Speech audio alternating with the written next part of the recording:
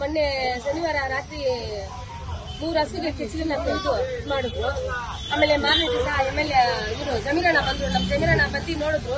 ನೋಡ್ಬಿಟ್ಟು ಅಮ್ಮ ಈ ತರ ಆಗಿದ್ರಲ್ಲಿ ನೀನ್ ಜೀವನ ಮಾಡೋದಾ ನಿಮ್ಮ ಅಣ್ಣ ಅಂತ ಹೇಳಿದ್ರು ಅಂತಂದೆ.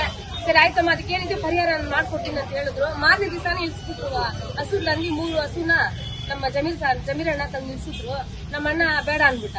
ಬೇಡ ಅನ್ನೋದಕ್ಕೆ ನನಗೆ ತುಂಬಾ ಬೇಜಾರಾಯ್ತು. ಸರಿ MLA ಸಾಹೇಬ್ರನ್ನ ನೋಡಿ ಜಮೀರಣ್ಣನ ನೋಡಿ ಸಾರಿ ಕೇಳೋಣ ಅಂತ ಬಂದೆ.